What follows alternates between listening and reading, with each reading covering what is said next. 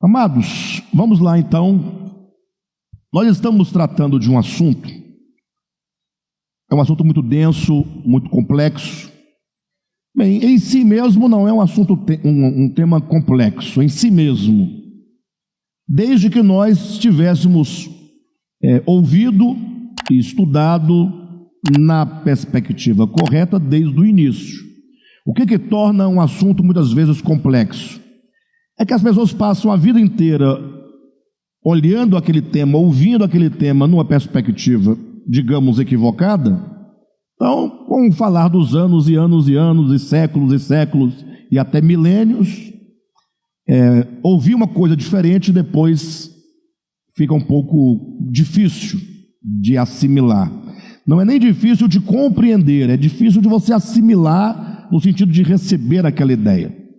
Estamos falando sobre o selo de Deus lá em Apocalipse. Nós já mostramos para vocês na Escritura que esse selo de Deus, ele aparece tanto em Apocalipse capítulo 7, quanto em Apocalipse capítulo 14. São as duas vezes que vão mostrar no Apocalipse dois grupos de pessoas, representado pelo número 144.000. O primeiro grupo é uma referência ao povo de Israel, Apocalipse 7. O segundo grupo, capítulo 14, fala da igreja, dos santos vencedores. Então, para esses dois grupos, é dito sobre o selo de Deus. Diz que o Senhor há de selar na testa, na fronte, os seus servos, tanto os servos de Deus, que é o povo de Israel em Apocalipse 7, quanto os seguidores do Cordeiro, que é a igreja, capítulo 14. Tá, mas o que nos interessa é entender esse selamento. A Bíblia fala de um selamento no Apocalipse, e esse selamento, ele está em contraste com um outro selamento, que é o selamento também na fronte, do número da besta, do nome da besta. Então o Apocalipse fala de dois selos, de dois selamentos, um que traz o nome da besta, do anticristo, o outro que traz o nome do Pai e do Cordeiro. E é isso que nós estamos aqui abordando e procurando compreender. Por isso que esse selamento do nome do Pai e do Filho na fronte nos levou, neste livro Lancidamente, ao debate sobre justificação pela fé.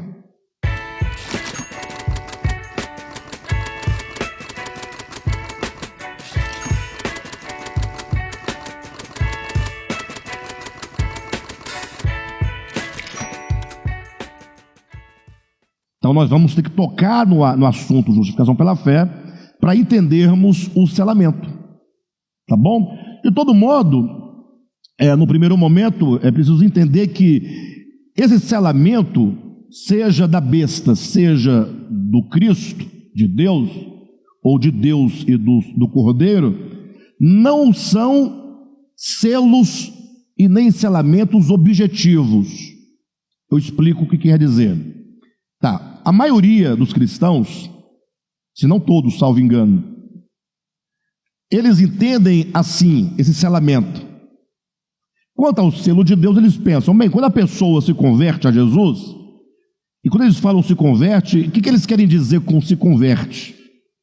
Essa é a grande questão, que usa-se um termo correto com um sentido incorreto. Nós temos que nos converter a Cristo. Mas é verdade, como não? A própria Escritura vai dizer, né? Quando alguém se converte ao Senhor, o véu lhe é retirado. Mas o que é converter-se? Então essa palavra está tão saturada que ela se esvaziou do seu significado original e veio a significar um procedimento ritual ou ritualístico. Então, por exemplo, as pessoas pregam a Jesus Cristo. Jesus Cristo é o Filho de Deus, que se fez homem, se fez carne, morreu pelos nossos pecados. E você agora é convidado a crer nesta mensagem. Aí o que a maioria das pessoas dizem diante dessa mensagem? Não, é lógico, sem dúvida. Como é que eu não posso crer nessa mensagem? Como eu posso não crer que Jesus é o Filho de Deus, que Ele veio, se fez homem, que Ele morreu na cruz, né, pelos nossos pecados, ou por causa dos nossos pecados? Está tudo certo, mas as pessoas acreditam nisso. Isso já é, na verdade, uma questão cultural nossa, do Brasil, sobretudo. Daí a pessoa acredita no sentido mesmo de acreditar na mensagem, e agora essa pessoa é induzida a aderir a uma comunidade de crentes e ali passar pelo batismo ritual, que é o ritual do batismo na água, e ela recebe um código de comportamento, um código de moral, de conduta moral, do que o crente pode fazer, do que ele não pode fazer. No caso do Ian Anderson, tomando por um exemplo prático, em algum lugar você não poderia usar esse tipo de cabelo, esse modelo, né? Você seria proibido de usar esse modelo de cabelo, porque seria pecado, né? Não sei onde estaria o pecado aí, mas você não estaria também, não poderia usar essa bermuda, né? Sobretudo numa reunião pública da igreja. Dando esse exemplo prático para que nós vamos que entendermos. Vocês também, no caso do nosso querido irmão Cleiton, né? No caso de Bonera ali também já não poderia, nesse caso. Enfim, aí as cartilhas de comportamento mudam de acordo com o segmento. Mas no final a ideia é, se você acreditou, se submeteu ao batismo ritual e a restrição da conduta moral estabelecida pelaquela comunidade, você está salvo. Desde que você não se desvie, lógico. Tem que se manter aqui. Não pode esquecer também do dízimo, né, que é muito importante para a salvação. Nesse sentido. E aí eles entendem, portanto, que quando a pessoa acreditou, ela aceita esse procedimento, ele aceita com um gesto de mão. E ele então faz aquela oração, e naquele momento, olha o que é afirmado e ensinado. Ele é selado com o Espírito Santo, lógico, baseado em Efésios 1, capítulo 1, versículo 13, né? 13, 14 ali. Ele é selado no sentido de uma marca espiritual. Ele nasceu de novo e é uma nova criatura. Então, desde que ele se mantenha, sem entrar em outras discussões mais complexas no sentido calvino-armínio, mas todos acreditam que essa pessoa, nesta condição, ela está salva. Ela está selada com o Espírito Santo. É lógico, eles vão dizer que a pessoa vai passar ainda por um processo de santificação. Mas o que se chama santificação também é um outro problema. O que se entende por santificação? Então, se a pessoa, por exemplo, ela ouve uma música secular, ela não estaria se santificando. Me parece que o que chamam de santificação, na maioria das vezes, é a manutenção da prática dos costumes e da moral estabelecida. Quanto mais você for rigoroso consigo mesmo, no sentido de não usar uma blusa de alça, no caso das irmãs, não usar uma roupa mais da moda, mais da atualidade, quanto mais você for rigoroso consigo, mais você se santifica. Quanto mais você é aquele crente mais largado, mais, né, aí não é tão santificado assim, mas está bom. Se você cumprir com a parte grossa do estatuto, você já tem a salvação garantida. Mas se você se santificar, jejuar bastante, orar bastante, aí você é um crente santificado, você está mais habilitado para ser usado por Deus. Essa é a ideia. Perfeito? Só tem um problema. E aqui não temos como provar nada, nós só temos como evocar O testemunho e o depoimento dos sinceros. As questões relacionadas ao problema do pecado, conforme a Escritura ensina de fato, como é que fica? Exemplo, Paulo vai dizer assim, olha, falando para crente, a carne milita contra o Espírito, e o Espírito milita contra a carne. Então, nós temos aqui um paradigma, carne e Espírito. Tá, o que procede do Espírito? Amor, paz, alegria, bondade, benignidade, mansidão, domínio próprio, justiça. Bem, partindo desse prisma do Espírito, subtende-se que o nascido de novo, que o salvo, o justificado, o santificado, ele manifesta o amor na sua vida diária. O amor não é uma doutrina e tampouco um sentimento, muito menos uma nostalgia. O amor, né, é a manifestação daquele que diz que é amor. Deus é amor. Deus se manifesta por meu intermédio, logo, como amor. Então, o crente seria aquele que tem amor, que tem paz. Os crentes com paz, sabe só? Os crentes tendo paz. Oh, que maravilha. Não é? Onde ele vai, ele emana paz. Ele é um verdadeiro pacificador. Logo não espalha contenda, né? Ele só une, ele só liga, ele só cura, ele só... Gente, em que mundo nós estamos vivendo, né? Onde está a igreja, né? Não tinha uma peça que dizia, igreja. A Vera falou, né? Ah, foi a Vera na peça. Cadê você, igreja? Isso, exatamente, essa frase aí é interessante, não é? Bem, a longanimidade, o nascido de novo é longânimo. Longânimo quer dizer que ele demora para qualquer coisa, ele está sempre dando oportunidade aos outros, esperando, aguardando, tem esperança no outro, tem, né, ele sabe e tal, não desiste do outro, não desiste disso, ele é longânimo, né? Imagina só, bondade é uma coisa extraordinária, né? Só uma pessoa que tem bondade no coração para com o outro. E o pior que tudo isso não é uma relação, porque nós temos bondade dentro de uma relação possível.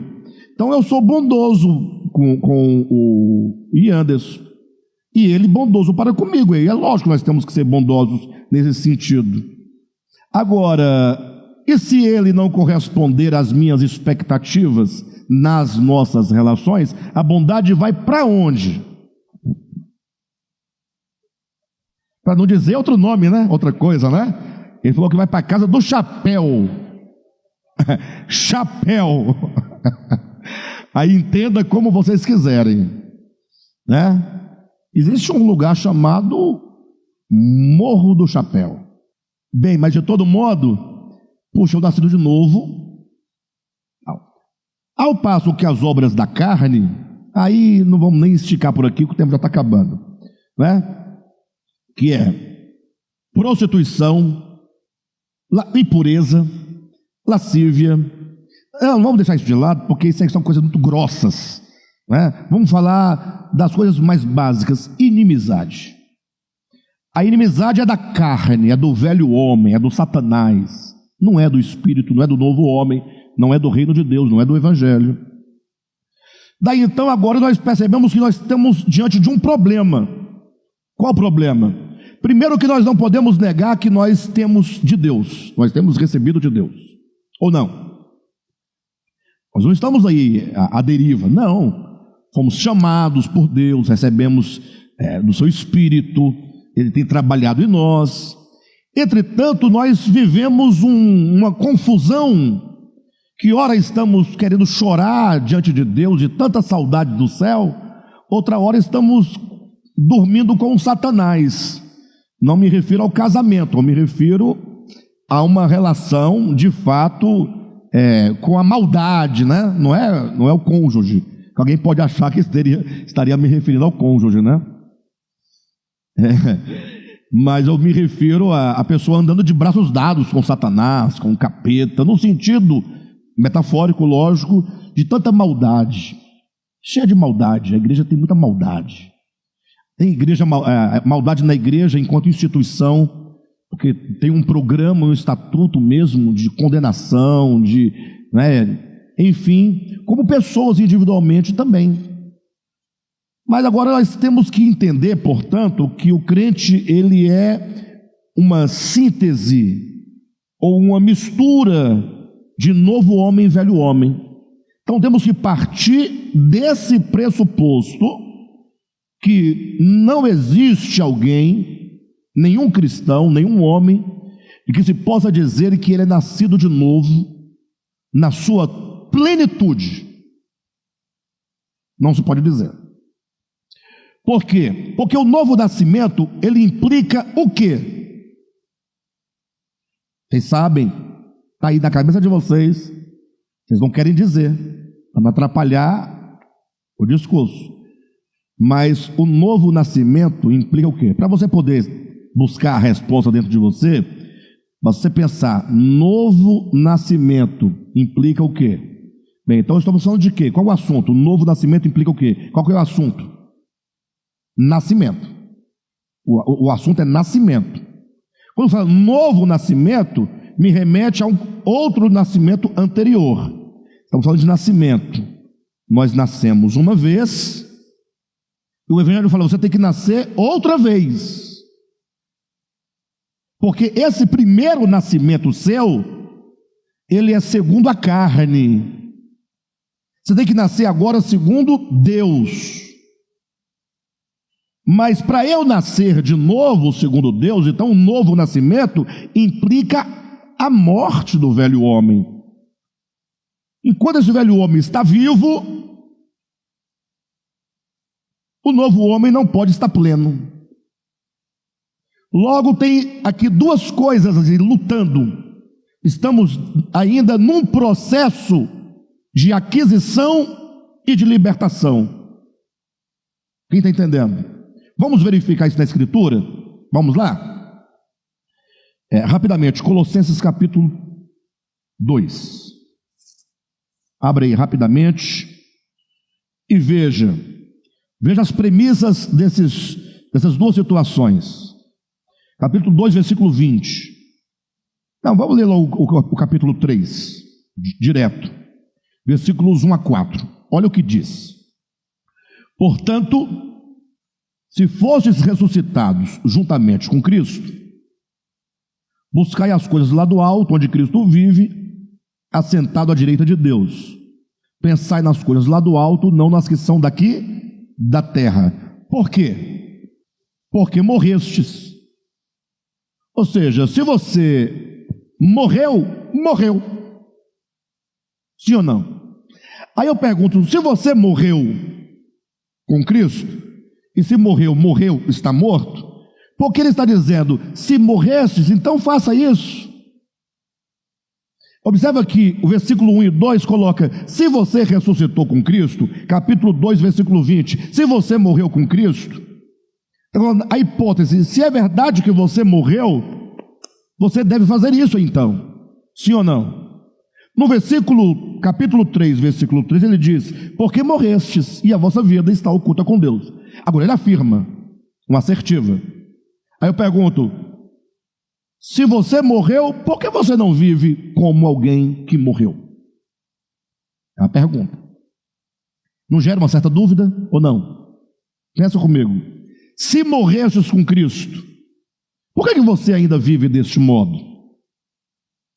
No segundo momento ele diz, porque vocês morreram com Cristo, e a vida de vocês está oculta. A pergunta é, morreu ou não morreu? Essa é a grande questão. Mas no capítulo 3, versículo 5, Paulo diz, continuando o seu discurso: fazei, pois, morrer a vossa natureza terrena. 2 pontos: prostituição, impureza, paixão lasciva, desejo maligno e a avareza, que é idolatria. Bem, o que nós vemos aqui? Que Paulo afirma 2 coisas paradoxais. Afirma que nós morremos e afirma que devemos fazer morrer a natureza terrena. Logo, o que ele está ensinando é que, no sentido da qualidade da obra que nós estamos experimentando, essa obra em si, ela é plena. O Espírito Santo, que me leva a experimentar o morrer de Jesus, esse morrer é pleno.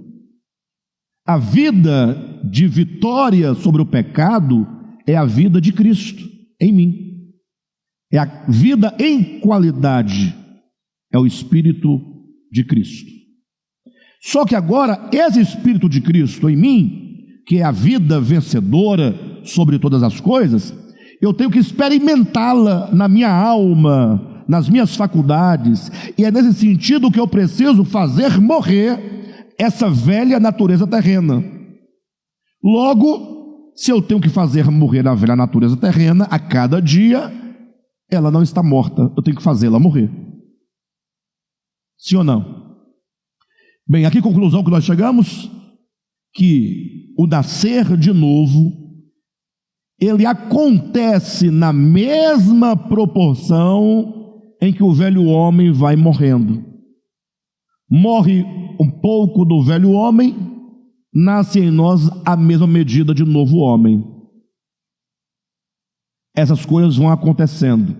Então não é de se estranhar que nós cristãos vivemos ora orando, ora falando mal do outro, ora na carne, ora no espírito. Isso só prova e demonstra que a salvação está ainda acontecendo. Ainda está acontecendo. E na medida que ela vai acontecendo, na medida que eu vou sendo santificado, ou que a vida santa de Cristo vai sendo trabalhada dentro de mim, formada dentro de mim, vai constituindo a minha consciência, constituindo o meu coração, constituindo o meu entendimento, esse é um processo representado pelo selamento, pouco a pouco sendo selado. Então, o selamento é só uma expressão metafórica para representar o processo de novo nascimento acontecendo. Logo, o novo nascimento não acontece de uma só vez. Pelo contrário, nós estamos num processo de experimentar esse novo nascimento. Estamos ainda, talvez em outra linguagem, como Paulo falaria lá em Filipenses 4:19, até Cristo ser formado em vós. Então, precisamos entender, nesse primeiro momento, que o selamento não é um ato divino que acontece de maneira objetiva. Deus vai lá e, pronto, esse é meu para cá, esse aqui é meu para cá. Igual sela boi, é meu, minha marca. Não, essa marca não é uma marca. Deus não precisa de uma marca para saber, quem é meu, quem não é, deixa eu ver, esse tem a marca, não tem marca, esse tem marca. Deus não é tonto, e nem é ser humano. Esse marcar significa como que os atributos de Deus vai sendo gravado, vai sendo trabalhado, marcado no nosso ser, como que o rosto de Cristo vai sendo estampado, né? Vai sendo cunhado. Você sabe o que é cunhado, né? Não é o cunhado. Tem uma palavra específica para moeda. Qual que é aquela palavra que você faz com a moeda? É cunhar, né? É cunhar uma moeda. A palavra é cunhar, né? É isso mesmo, não tem como mudar a palavra.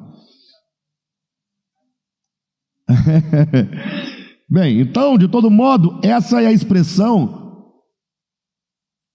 que é usada para isso. Agora, ocorre que quando se trata, portanto, do tema salvação, no caso do tema novo nascimento, acontece o problema de a maioria das pessoas entenderem ou pensarem que novo nascimento, selamento, justificação pela fé são coisas que acontecem de modo objetivo. E é isso que nós estamos tentando explicar, que não é deste modo.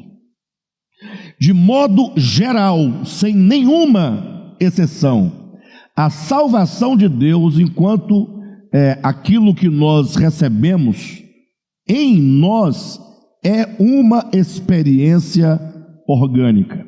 E quantos crentes, de um modo geral, estão lutando para se livrarem do inferno, do lago de fogo, que para eles é um lugar, e eles estão lutando ou asseverando que eles vão não para o lugar inferno, mas para o lugar céu, eles estão sendo salvos de uma condição espacial e sendo levados para outra condição espacial, para lugares. Eles querem lugares. Tem um lugar, a terra seria o lugar intermediário. Daqui ou o camarada vai para um tacho de fogo ou vai para uma nuvem. É assim que eles veem. Nós achamos, nós entendemos na nossa leitura, essa leitura orgânica, que o fato é que nós somos salvos e experimentamos salvação dentro de nós. Esse céu e esse inferno está aqui dentro de nós. Essa é a leitura.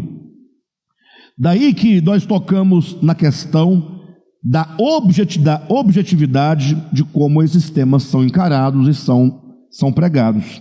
E queremos, portanto, fazer a devida correção, sobretudo no que diz respeito ao tema justificação pela fé, corrigindo o sentido do termo justificar e corrigindo o sentido do termo fé. Se você compreender à luz da Escritura o que é ser justificado, e se você entender o que é fé, todos os seus problemas estarão resolvidos. Não é? Então, se você pegar hoje qualquer dicionário bíblico ou mesmo procurar no Google o que é ser justificado pela fé, você vai encontrar nos estudos gerais, qualquer um que você pegar vai sair a mesma coisa. E esse é o estranho, né? Porque se todos dizem a mesma coisa, logo deve estar correto. Imagino eu. Mas depois você faz o seu próprio estudo à luz da Escritura. Vou dizer que a justificação pela fé é o ato de Deus declarar o homem justo.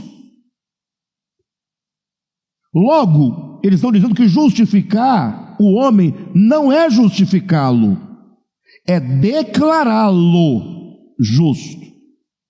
Porque uma coisa é você justificar algo, outra coisa é você declarar que este algo está justificado.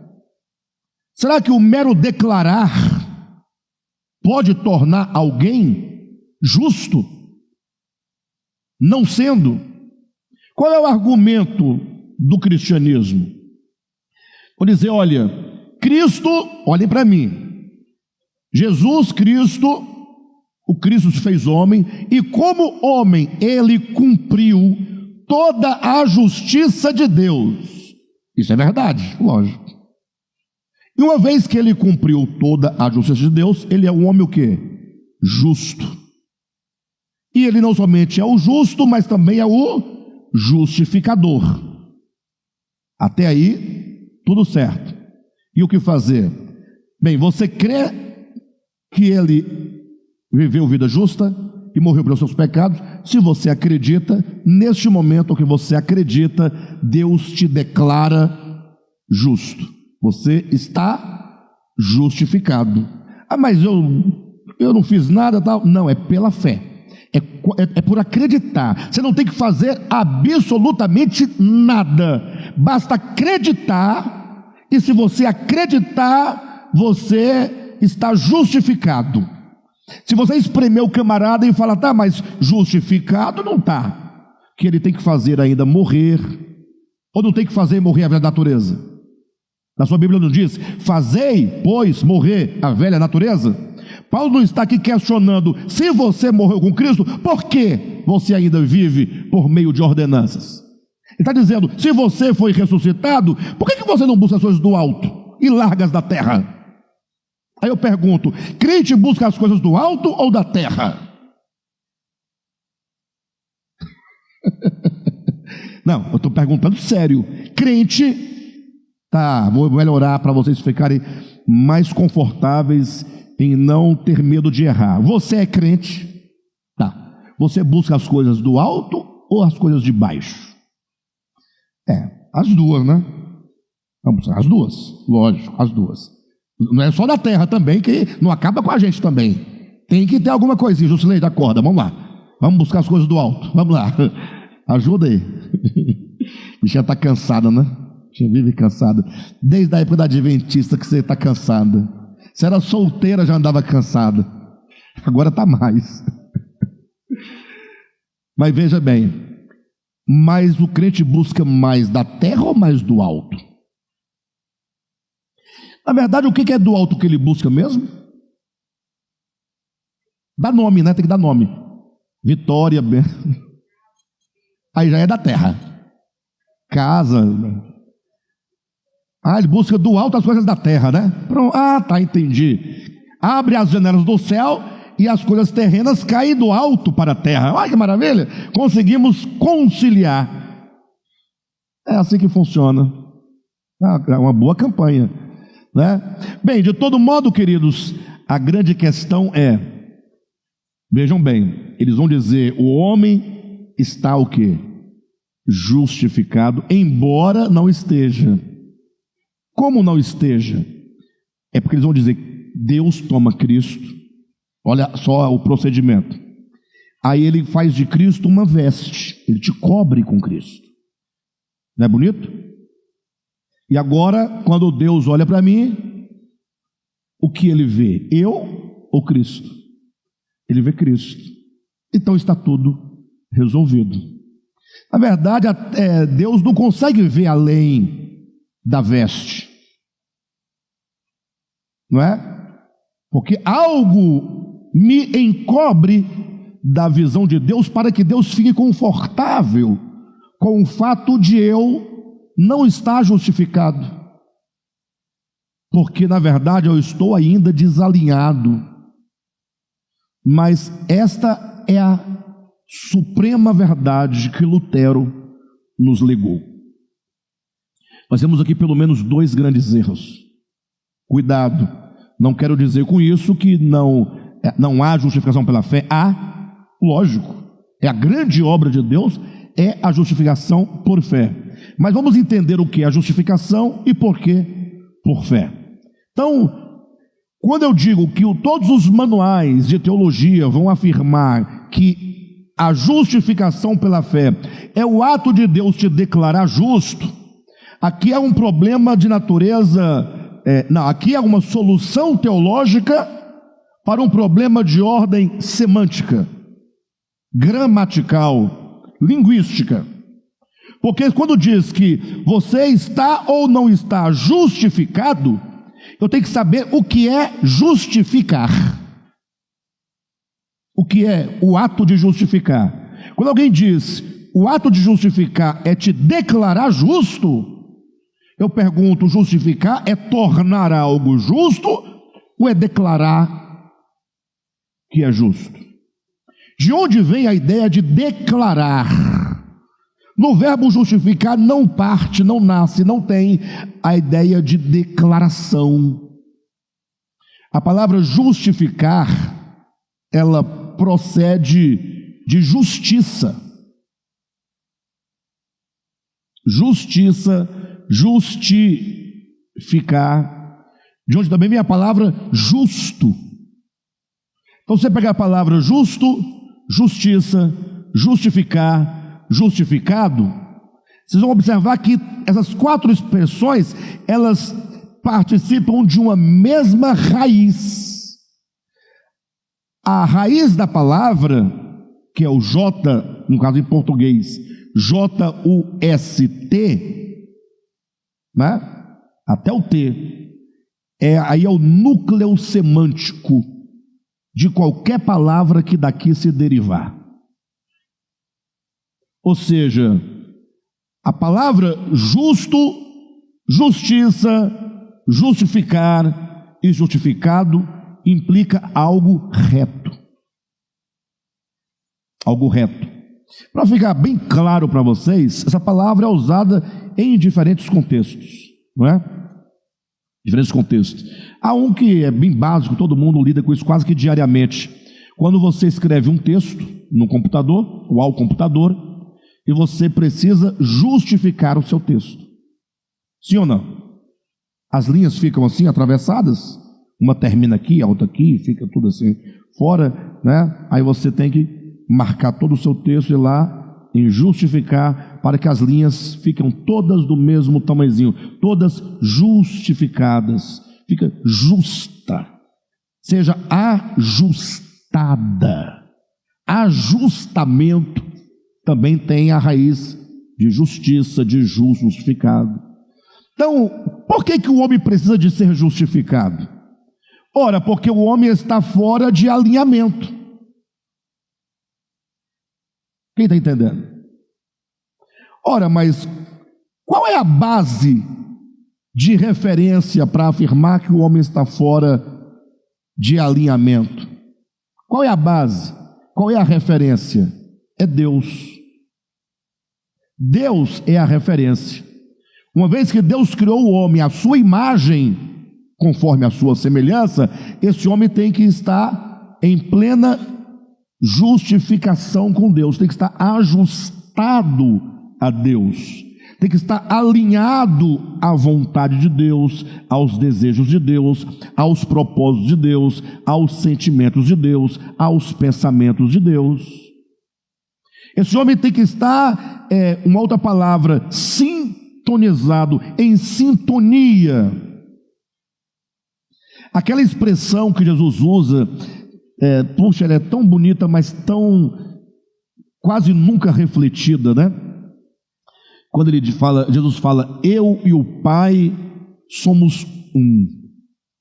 Pensa nisso. Aí o povo quer levar para o lado da trindade, né? Não quer? Mas não é trindade ali. A prova é que aquele que disse, eu e o Pai somos um, ele fez uma oração dizendo, Pai, eu oro para que a tua igreja, esses aí que estão aí, eles sejam um. Em que sentido? Assim como eu e tu somos um, como é tu em mim e eu em ti, sejam eles também em nós. Ou seja, Cristo ora para que nós sejamos o quê? Unidos nessa unidade com o Pai e o Filho. Agora, qual é o tipo de unidade que se pode dizer, eu e o Pai somos um? Eu e o Pai somos um.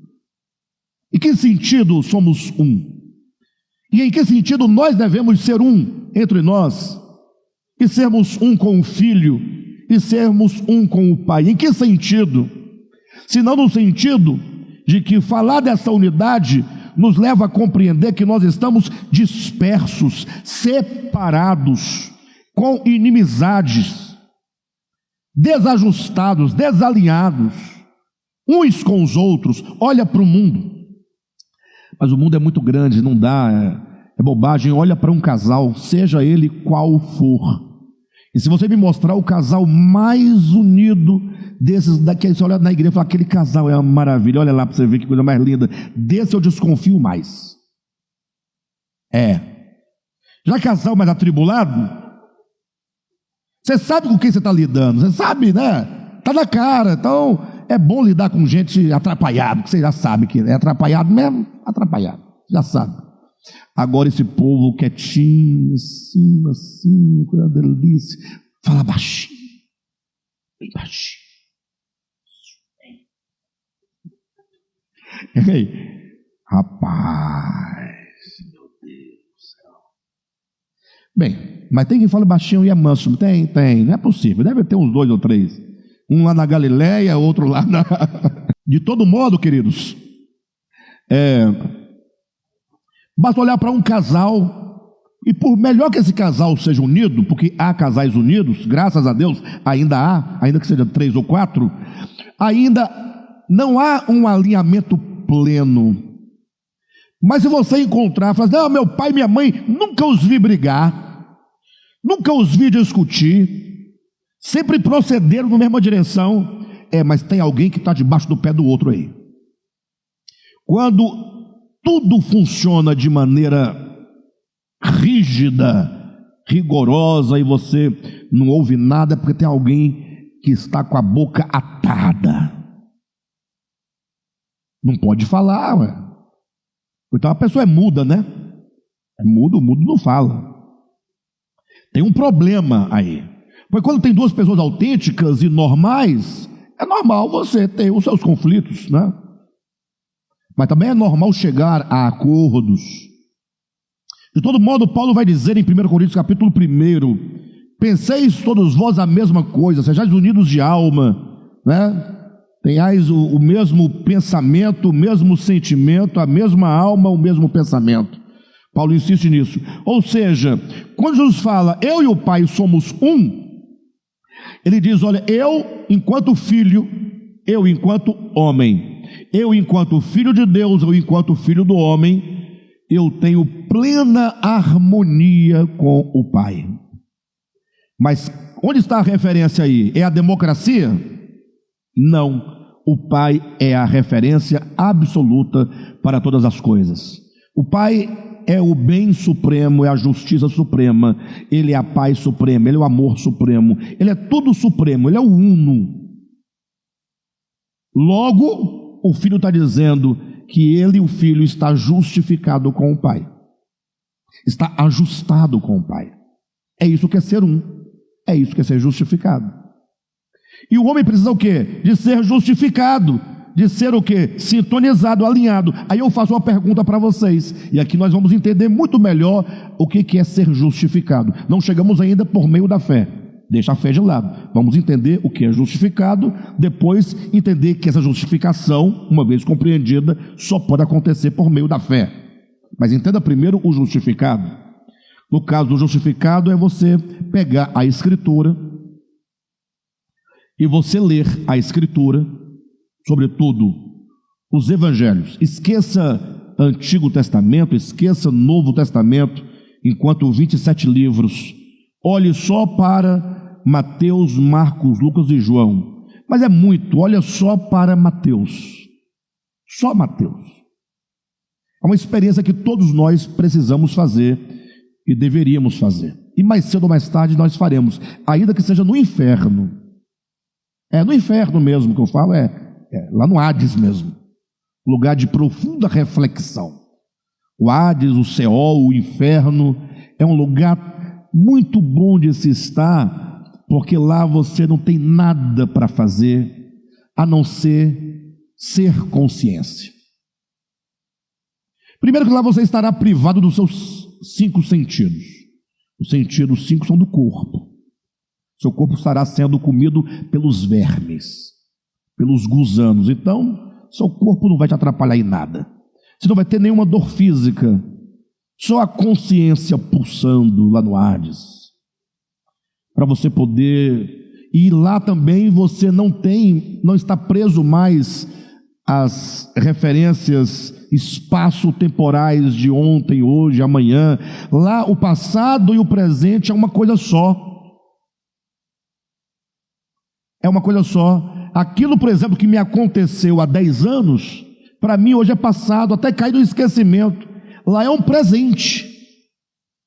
É como se estivesse naquele mesmo momento acontecendo. Por quê? Porque eu sou pura consciência. Então lá você não tem como escapar de você resolver as suas questões. Perfeito? Mas voltando para o Evangelho de Mateus, você vai ler. Mas o Evangelho é muito grande, esquece todo, é muita coisa, é muita palavra, muito capítulo e tal. Pega só as palavras de Jesus, só. Compre uma Bíblia em que a escrita, a fala de Jesus está em vermelho. Você vai ler só as letras vermelhas, mais nada.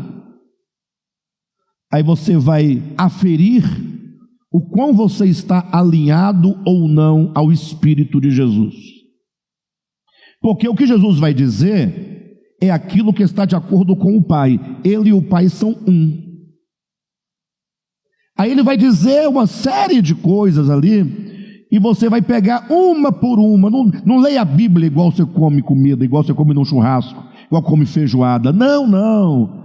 Você vai ler igual você come uma comida muito cara, que quanto mais cara a comida, menos comida vem no prato. Já observou? Você vê assim, olha, comida à vontade, R$12.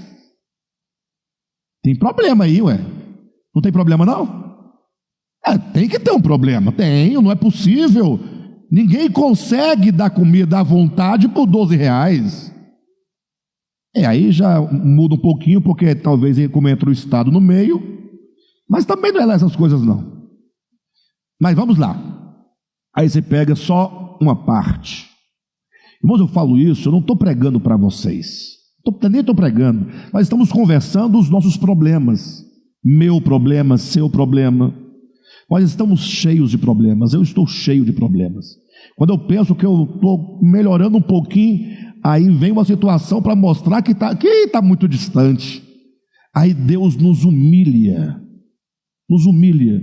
Mas quando eu falo que Deus nos humilha, não é nesse sentido de humilhar o outro para envergonhá-lo, nesse sentido de... Não, é o que está lá em Deuteronômio capítulo 8. Deus fez com que o povo de Israel peregrinasse por 40 anos para os humilhar, ou seja, para mostrar quem você é. A humilhação, ou ali, seria... Porque quando o homem pensa que é uma coisa, ele tem uma arrogância, ele tem uma justiça própria, pessoa boa. Gente, é muito difícil. A pessoa, quanto melhor ela se acha, mais ela se torna intransigente com aquele que não está perto das suas qualificações. Agora, o problema é que quem se acha essa pessoa justa, ela não é. Ela só está num atual momento de ignorância acerca de si mesma e não consegue perceber as suas misérias. Vocês estão entendendo ou não? Mas aí você começa a ler, aí Deus, se você estiver lendo com o coração, né? Lê com o coração, lê, Senhor, eu preciso entender, eu preciso ver, eu preciso te ver, eu preciso me ver, eu preciso ver o outro, o meu irmão, eu tenho que compreender, eu tenho que... Não é? Aí, se você fizer isso, você tem a certeza, o Espírito Santo, ele vai mostrar quão desalinhado, quão desajustado nós estamos em relação a Deus e ao Filho. Lembre-se que o selo que está sendo impresso ou imprimido é o nome do Pai e do Cordeiro. É o caráter do Pai e do Cordeiro, é a vontade do Pai e do Cordeiro, são os atributos do Pai e do Cordeiro. Aqui, para me tornar um com eles. Logo aí você pega Mateus capítulo 5, as bem-aventuranças. E aí vocês vão observar uma coisa que é interessante. Eu já passei por isso, vocês também já passaram por isso, e tem muita gente ainda passando por isso. Tem uns que nem começaram a pensar passar por isso, né? Mas pessoas ficam perdidas discutindo o termo reino, o termo salvação. É salvo, mas não reina, reina, mas não é salvo. É justificado pela fé, mas não é, e vai daqui, dentro das teologias, dos dogmas e tal.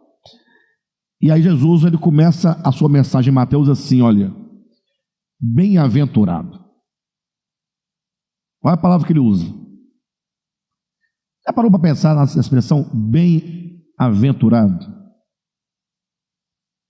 Ele não vai dizer, salve aquele, não. Entra no reino, não. Bem-aventurado, que se traduz na linguagem mais simples e básica do termo feliz. Feliz é o homem que desfruta, que goza de tais características e atributos é um homem feliz, é um homem pleno, é um homem que alcançou a bênção de Deus. Não é questão de religião. Acredito que o grande inimigo do evangelho chama-se cristianismo. Cuidado. Quando eu falo de cristianismo, eu falo a instituição, a religião chamada cristianismo, que é uma invenção humana. É duro dizer isso, mais duro ainda é ouvir. Por quê? Porque você fala assim: o que eu vou fazer da minha vida agora? Eu nasci no cristianismo, eu prego o cristianismo, minha fé é do cristianismo, o que eu faço? Você está lascado. Porque você está preso a uma coisa que te faz mal. Religião te faz mal. Bem, a religião ela nasce a partir de uma coisa boa, né? A religião é o modo como o homem se organiza a partir da tradição, da sua cultura, dos costumes em relação a Deus. A maneira como o homem lê o sagrado e o divino, ele transforma essa abstração em ritos, em dogmas e em moral. Já falamos outra vez sobre isso, né? Esses 3 pontos. O tripé de toda religião são os ritos, os dogmas e o código moral. Toda religião tem rito, toda tem rito. Toda religião tem dogma, toda religião tem código de moral, de conduta. Bem, de todo modo, o cristianismo, ele encaixota Deus. Por que a religião não representa Deus? Simples, porque Deus, se ele pertence a esta religião, não pode pertencer a outra religião. Toda religião é excludente. Ou não? Uma exclui a outra, necessariamente. Para resolver o problema, como é que a gente faz? Não, dane-se as milhões de religiões que há. A minha é a verdadeira. Resolvido o problema. Aí como é que eu faço? Eu não posso matar. Tem gente que mata. Usa da sua religião e sai matando quem não é da sua religião. O cristianismo fez isso em épocas passadas, né? Quando ainda não havia os estados de direito, não havia as democracias ainda, não havia o constitucionalismo, não havia ainda desenvolvido, nem mesmo começado, século X, século IX, século VI depois de Cristo, não tinha o constitucionalismo ainda. Enfim, a Igreja Católica ainda era aquele grande império, né? O Papa tinha poderes políticos, temporais.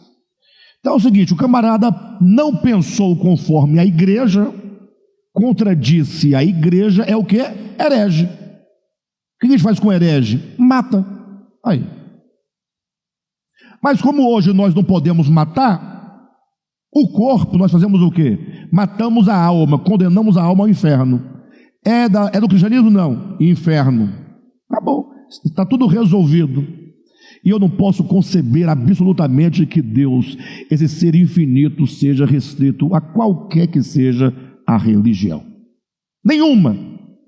A prova de tudo isso é que o único que podia montar uma religião não montou. Jesus Cristo. Ou montou?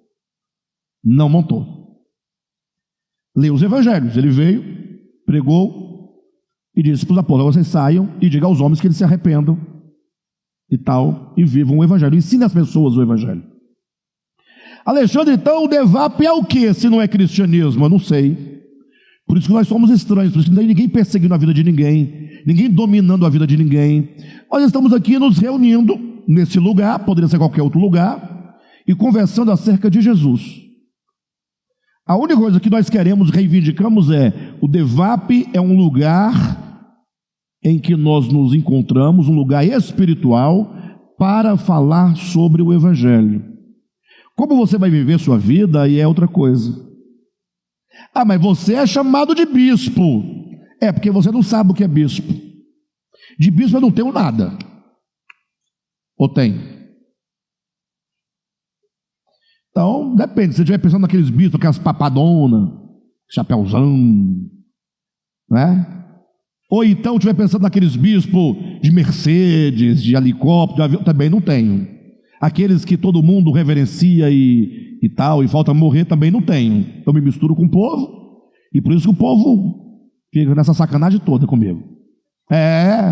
Mas eu estou enganado ou estou mentindo?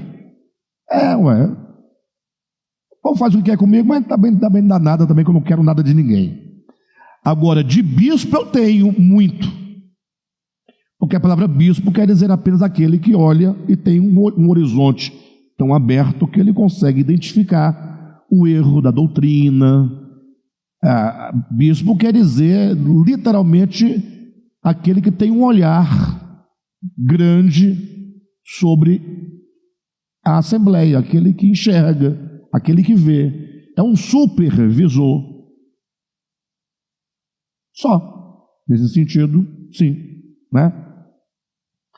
Bem, mas voltando ao ponto aqui, quando você olha lá, Jesus vai falar: bem-aventurado, feliz, o homem alcançou a felicidade eterna, a bem-aventurança, aquele que é manso.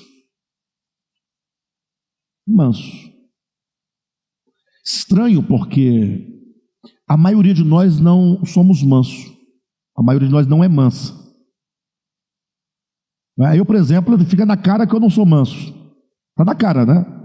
O meu próprio jeito já é agressivo. Já, ao falar, até me movimentar, a pessoa já fica meio assim, né?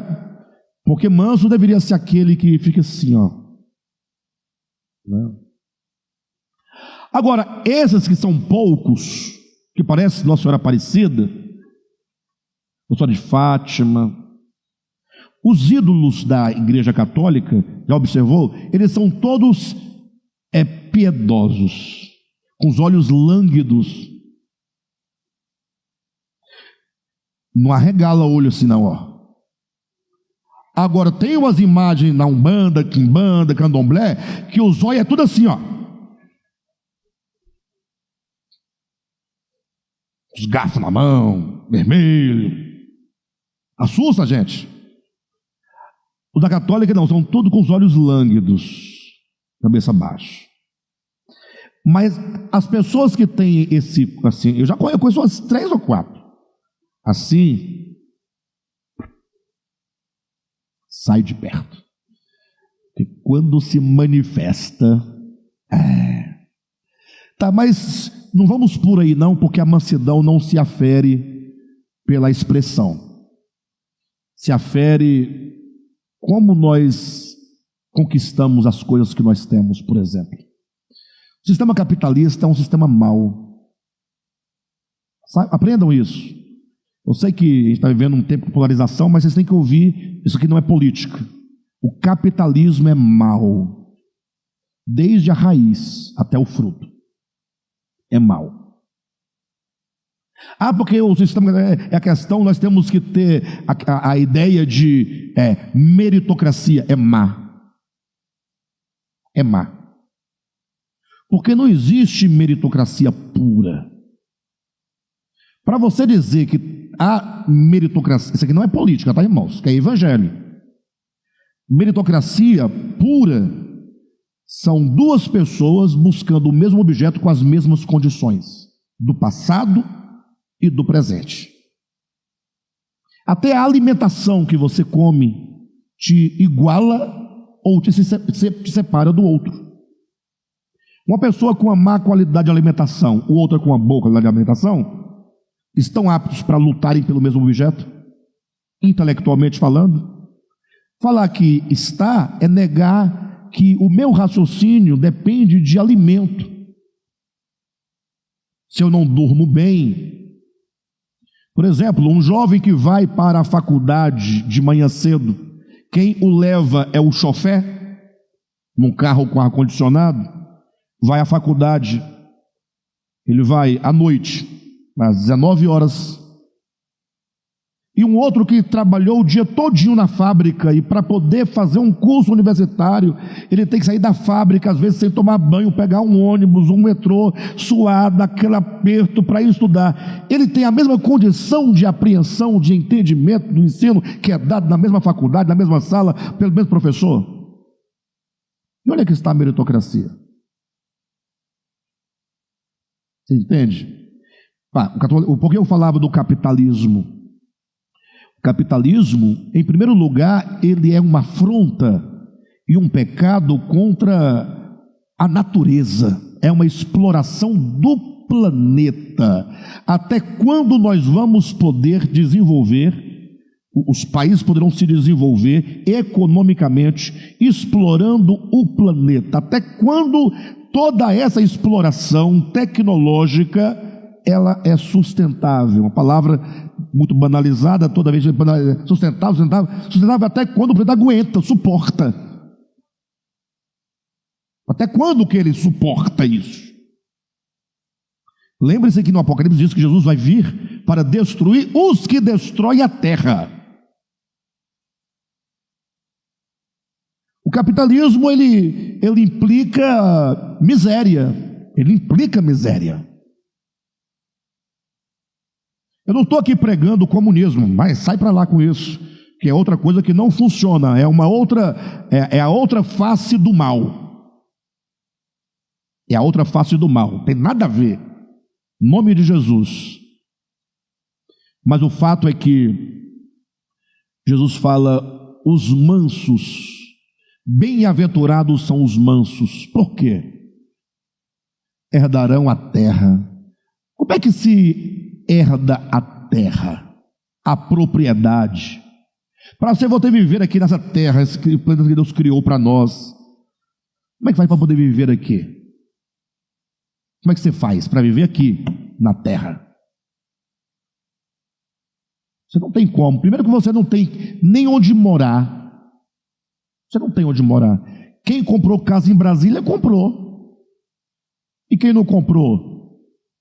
Pode até comprar, né? Pode até comprar, mas aí você sabe as condições. Quem é que pode comprar hoje uma casa? A casa mais simples está lá. Se você for aqui em Brasília, falando em Brasília, né? Complicado, difícil. Aí eu comprei minha casa. Lógico que você comprou sua casa. Parabéns para você, que Deus te abençoe, te fortaleça. Que bom. Mas eu não estou falando de você, estou falando de nós. De nós, não é? Estou falando daquele que não tem, daquele que não pode. Aí Jesus vem com uma conversa fiada dessa, de que os mansos herdarão a terra. A pergunta é, você está alinhado a esse pensamento de Jesus? Cuidado, cuidado. Quando eu critico o dogma, alguém vai dizer, mas como é que o Alexandre pode criticar o dogma? Não é possível. O Alexandre é um religioso, é um bispo, né? É um homem da Bíblia, da teologia, da religião, da crença, da fé. Como é que ele fala mal do dogma? Porque do ponto de vista do dogma, todos os crentes concordam que os mansos herdarão a terra. Lógico, não tem o que debater. O crente vai fazer o quê? Vai brigar com Jesus? Quem é o louco que vai dizer que Jesus está errado? O problema é que o dogma, ele só serve para o culto. O dogma não serve para a vida prática. Na vida prática, o otário, não fala nem manso, você muda a palavra manso, é a palavra bíblica, bonita. O otário será expulso da terra. Essa é a ideia. Na prática, me recordo que anos atrás, muitos anos mesmo,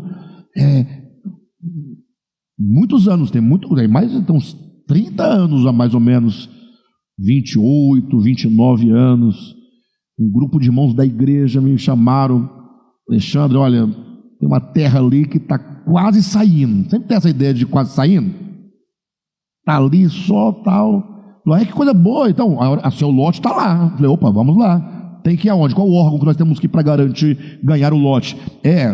Você tem inscrição? Não, quem tem inscrição, você faz a inscrição lá, e aí a gente entra para dentro da terra, leva uma barraca e um facão, não esqueça. Lembra? E essa é a onda. Porque quando sair, vai ser entregue para quem está lá dentro. Os mansos herdarão a terra. Aí tem um povo aí lutando pelo direito à terra, não tem? Como é que eles fazem? Entra na terra do outro, acusando o outro de quê?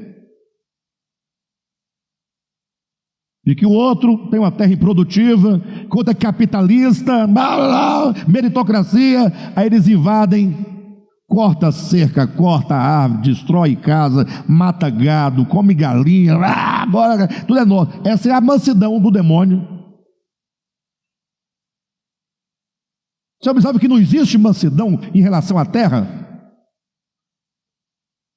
Quantas famílias não foram ceifadas, as pessoas foram mortas por causa de um pedaço de terra?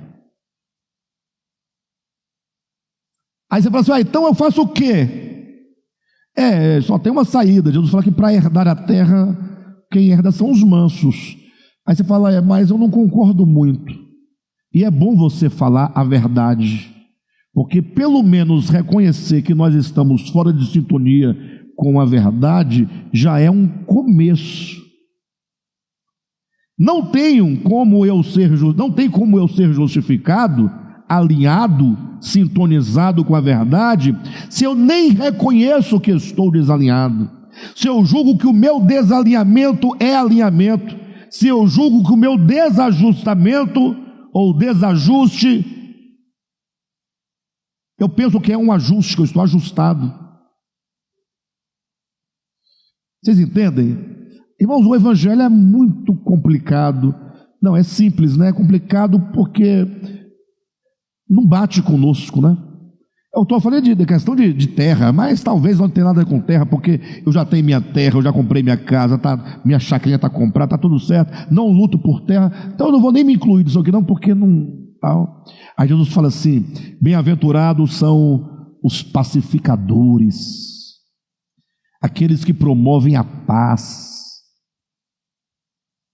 Sabe quem são os primeiros a cair aqui? Crente. Como estão justificados com Deus, se o Deus a quem ele serve é o príncipe da paz, e não é o príncipe da paz, se o Deus a quem ele serve prega a promoção da paz, bem-aventurado aqueles que promovem a paz, que são portadores da paz, que pacificam as pessoas, etc. Diante da guerra do Israel, com qualquer que seja a nação, em nome de um texto lá de Salmos, que diz que aqueles que abençoam Israel, não tem um texto desse? Uma coisa assim, abençoar Israel e sereis abençoados, uma coisa mais ou menos desse sentido. E o pior é que esse Israel que eles estão agora defendendo não é nem o Israel da Bíblia, hein? Nada a ver. O Israel da Bíblia é um povo, isso aqui não vamos entrar nesses méritos, mas o fato é que Israel tem que mesmo massacrar seus inimigos, o leão da tribo de Judá. Aí coloca uma bandeira de Israel e um leãozão. Já viram esse bonito? É bonito aquele. Eu achei bonito, rapaz. Enchi o olho d'água quando eu vi. Eu falei, meu Deus do céu.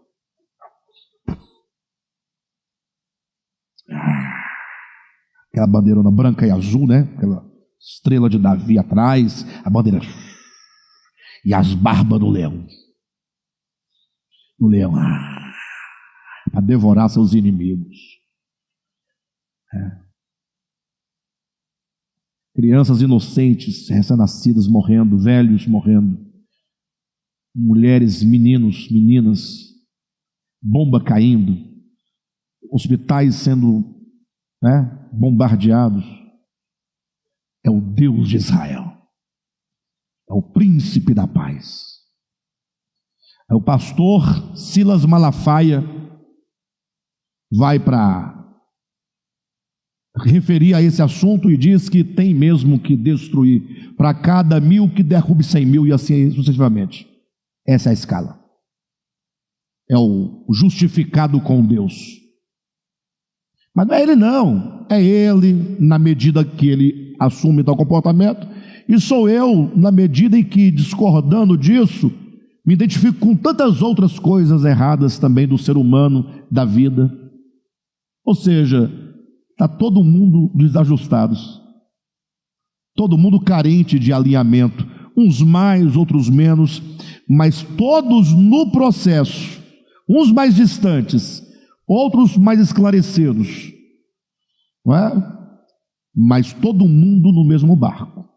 É isso que eu quero transmitir para os irmãos, essa necessidade do homem, desse alinhamento.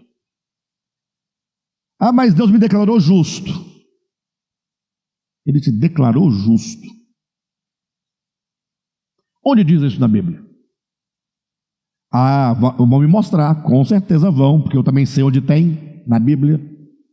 E aí, para poder selar, ainda vão dizer, como é que é aquele texto de Romanos?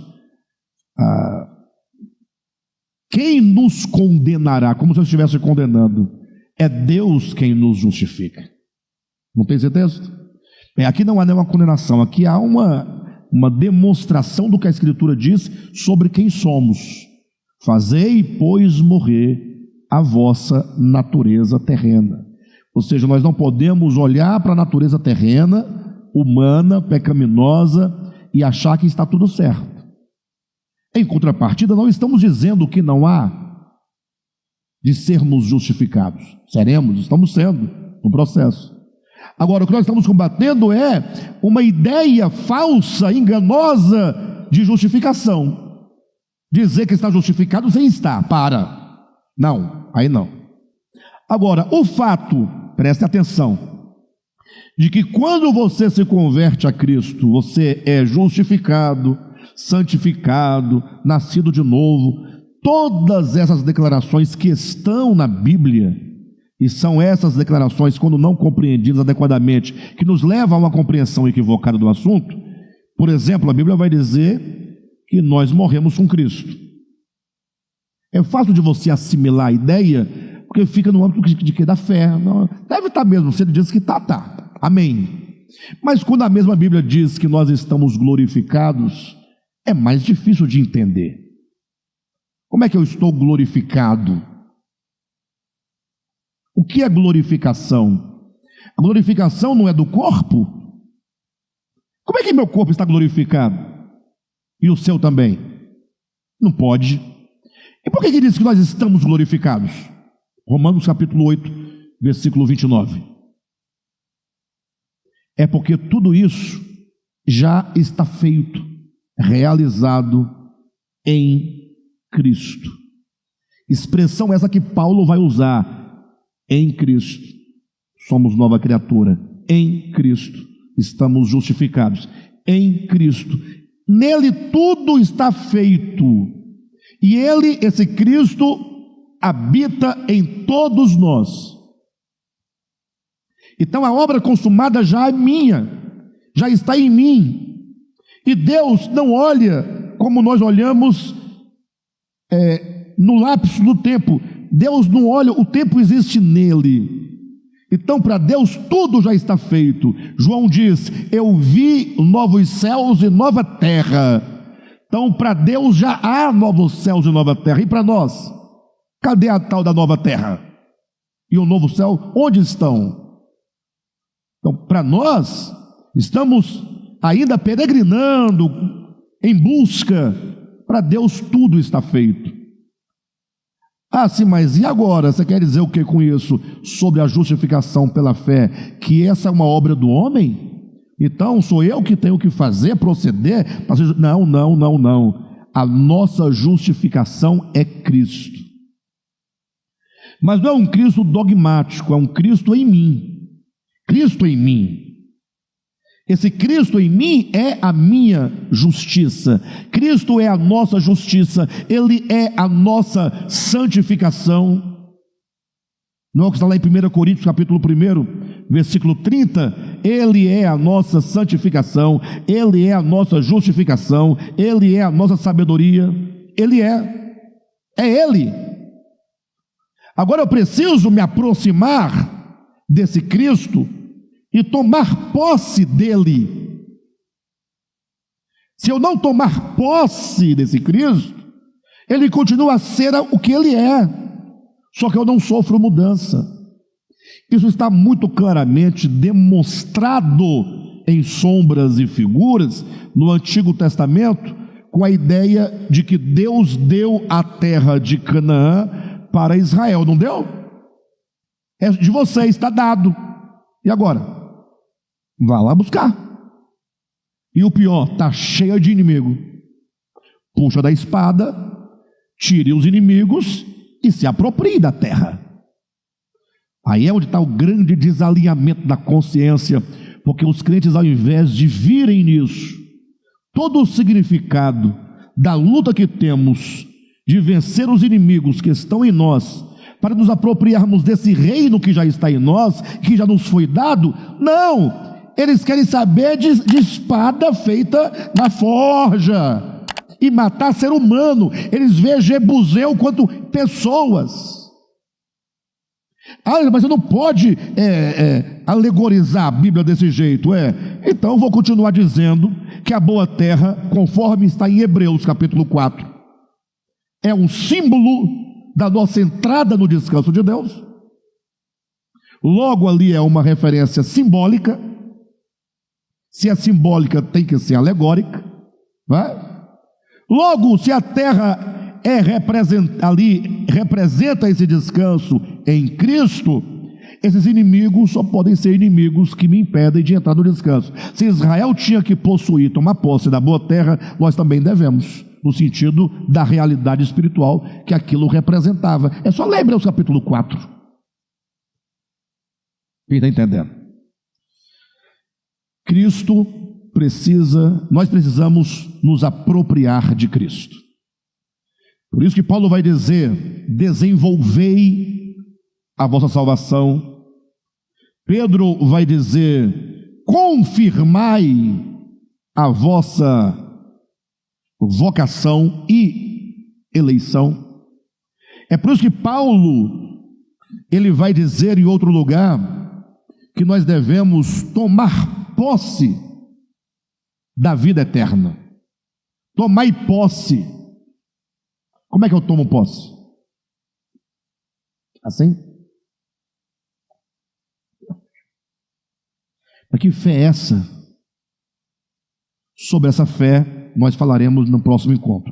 Creio que hoje sobre justificação ficou claro o que é ser justificado. Ser justificado é diferente de você apenas declarar. A justificação, ela tem que ser efetiva. Agora, para nós nos apropriarmos dessa justificação, somente por meio da fé. E a fé, portanto, é um outro ponto que nós devemos considerar, e faremos isso na próxima semana, tá bom? Muito obrigado a todos.